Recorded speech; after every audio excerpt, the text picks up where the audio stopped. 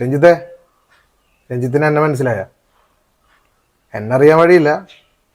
Ranjith T വിയിലും മാധ്യമങ്ങളിലൊക്കെ നിറഞ്ഞേക്കണ കാരണം രഞ്ജിത്തിനെ എനിക്ക് മനസ്സിലായി. ചാനലുകാരൊക്കെ ആഘോഷിക്കല്ലേ രഞ്ജിത്തിനെ.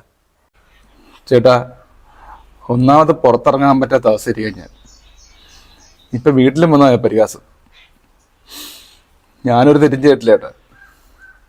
ഇപ്പൊ ചേട്ടൻ എന്താ വേണ്ടത്? രഞ്ജിത്തെ, രഞ്ജിത്തിനെ കളിയാക്കുന്ന നാട്ടുകാരുടെ കൂട്ടത്തിൽ എന്നെ പെടുത്തരുത്. രഞ്ജിത്തിനെ ശല്യപ്പെടുത്താനോ ബുദ്ധിമുട്ടിക്കാനോ വേണ്ടി വന്നതല്ല ഞാൻ. രഞ്ജിത്തിന് കൂടി ഒരു ഉപകാരപ്പെടുന്ന ഒരു കാര്യം സംസാരിക്കാൻ വേണ്ടി വന്നാണ് ഞാൻ. നമുക്കൊന്ന് ഇരുന്ന് സംസാരിച്ചാലോ? പോയെ.